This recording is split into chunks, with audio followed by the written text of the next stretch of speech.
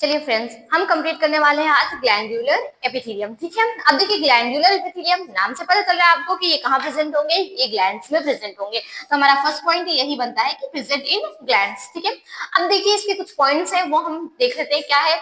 It is a simple epithelium, ये आपके simple epithelium tissues के ही पार्ट है। ठीक है, जैसे अभी हमने सिंपल एपिथेलियम के टाइप्स पढ़े थे, स्क्वामस, क्यूबॉइडल, कोलमनार, ऐसे ही आपका ग्लैंड्यूलर एपिथेलियम है जो आपका सिंपल एपिथेलियम का ही टाइप्स है।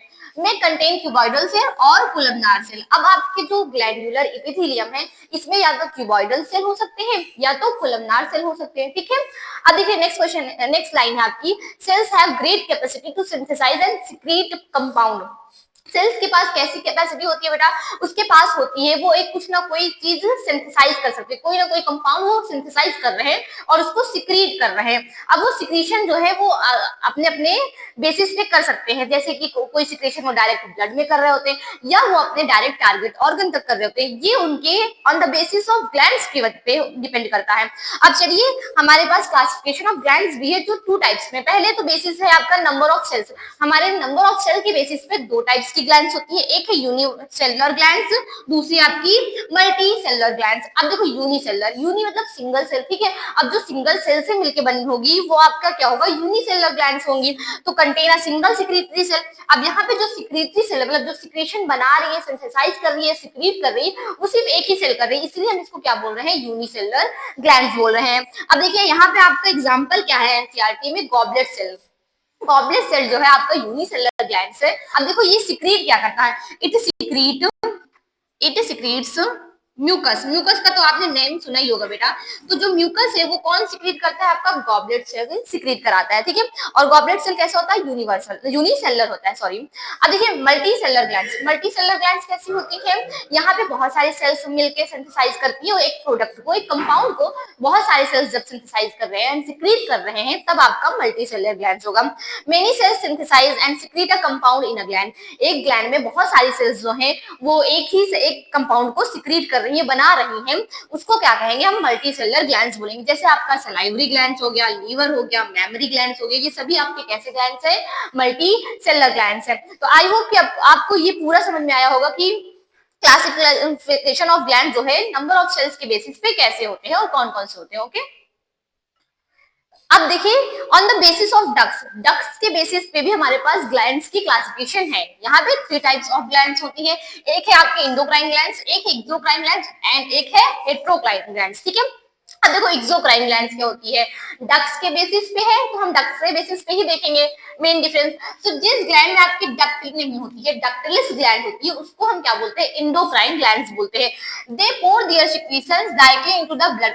अब इनके पास कोई डक्ट है नहीं, कोई वो आपका सिक्रीटरी पार्ट नहीं है, तो वो क्या करते हैं, वो डायरेक्ट अपना जो जो चीज बनाते हैं, जो चीज जो कंपाउंड सिंथेसाइज करते हैं, वो डायरेक्ट ब्लड में कर देते हैं और ब्लड के थ्रू अपने टारगेट ऑर्गन तक पहुंच जाता है। ठीक है, और जो आपके इंडोक्राइन ग्लैंड्स होते हैं वो उनका जो मेन सिक्रेशन होता है वो हार्मोन्स होता है। आप लोग अभी पढ़ोगे अपने आगे वाले चैप्टर्स में, बहुत सारे हार्मोन जो इंडोक्राइन हार्मोन्स हैं वो पढ़ोगे, जैसे कि आपका थायराइड है, पिट्यूटरी ग्लैंड्स है, ठीक है, एक्सेट्रा।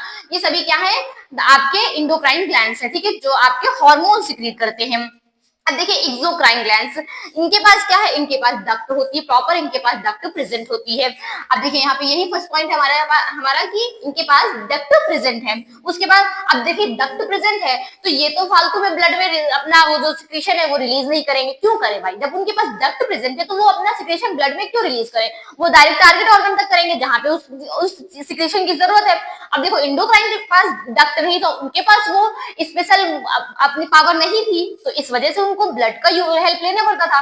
वो अपना जो सिक्रेशन बनाते थे वो ब्लड में रिलीज करते थे, फिर ब्लड उसके बाद टारगेट ऑर्गन तक ले जाता था। लेकिन अब आपका जो एक्सोक्राइन ग्लैंड है, इनके पास तो उनके पास उनकी स्पेशल पावर है, मतलब उनके पास उनकी डक्ट है। अब जब उनकी डक्ट है तो अपना जो सिक्रेशन है वो सीधा अपने टारगेट ऑर्गन तक ले जाएंगे ना, कहीं बीच में किसी की हेल्प लेने की जरूरत नहीं है, क्योंकि उनके पास तो खुद भाई सुविधा है। तो अब देखो they pour their secretion direct to the target organ. ये अपना जो क्या सिक्रेशन क्या कहाँ करते हैं, डायरेक्ट टारगेट ऑर्गन तक फ्लोर करते हैं। अब देखो इसमें आपका स्वीट है, मेमोरी ग्लैंड्स है, सलाइवरी ग्लैंड्स है एक्सेट्रा, ठीक है, बहुत सारी जो आपकी मेमोरी ग्लैंड्स आप पढ़ोगे आपने क्लास 12th में, ये सारी चीजें क्या है आपकी एक्सोक्राइन में आती है। मेमोरी ग्लैंड्स से बहुत सारे डक्ट्स प्रेजेंट होते हैं, ठीक है, स्वेट है, स्वेट ग्लैंड्स आपकी, सलाइवरी ग्लैंड्स है। अब देखो लास्ट हमारा जो टाइप्स है वो क्या है, हेट्रोक्राइन। हेट्रोक्राइन का एक अनदर नेम होता है मिक्सोक्राइन। देखो मिक्सोक्राइन, अब मिक्स है मतलब यहाँ पे आपका हेट्रो और सॉरी इंडो और एक्सो दोनों का पार्ट होगा। Half part of a gland behave like endocrine, जो आधा पार्ट है ग्लैंड्स का वो कैसे बिहेव कर रहा है, वो as a endocrine glands behave कर रहा है, एंड जो रेस्ट वाला है वो as a exocrine glands behave कर रहा है। जैसे अगर कोई ये एक सेल है, ठीक है, अब इस सेल का ये जो पार्ट है ये एज अ इंडोक्राइन बिहेव कर रहा है, ठीक है, इंडोक्राइन मतलब जिसके पास कोई भी डक्ट नहीं होगी। अब ये वाला जो पार्ट है, ये देखो ये वाला part as a exocrine behave कर रहा है, मतलब यहाँ पे इसके पास इसकी डक्ट प्रेजेंट है। तो देखो इधर से जो पार्ट जो चीज बनेगा, जो भी कंपाउंड बनेगा वो डायरेक्ट उसके टारगेट ऑर्गन तक जाएगा, ठीक है, डायरेक्ट ये क्या करेगा, टारगेट ऑर्गन तक पहुंचाएगा। लेकिन यहाँ इंडोक्राइन से जो भी चीज बनेगा वो क्या करेगा, वो ऐसे ही अपना जो सिक्रीशन है वो रिलीज कर देगा, कहाँ पे, ब्लड में रिलीज कर देगा, ठीक है, फिर ब्लड के थ्रू जाके पहुंचेगा वहां तक।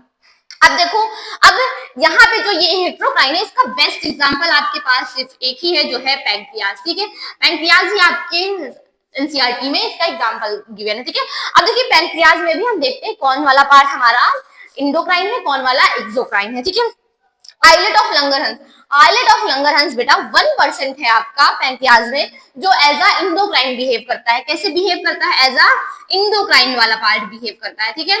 अब आपका जो एसिनी वाला पार्ट है ये एज अ एक्सोक्राइन बिहेव करता है और ये 99% होता है, ठीक है, मतलब मेन पार्ट आपका ये है, 1% ये। अब देखो ये एंडोक्राइन ग्लैंड आपको पता है पैंक्रियाज जो है हार्मोन्स रिलीज करती है बेटा, इंसुलिन, ठीक है, ग्लूकागॉन, तो ये हार्मोन रिलीज करती है इंसुलिन जैसे, ठीक है।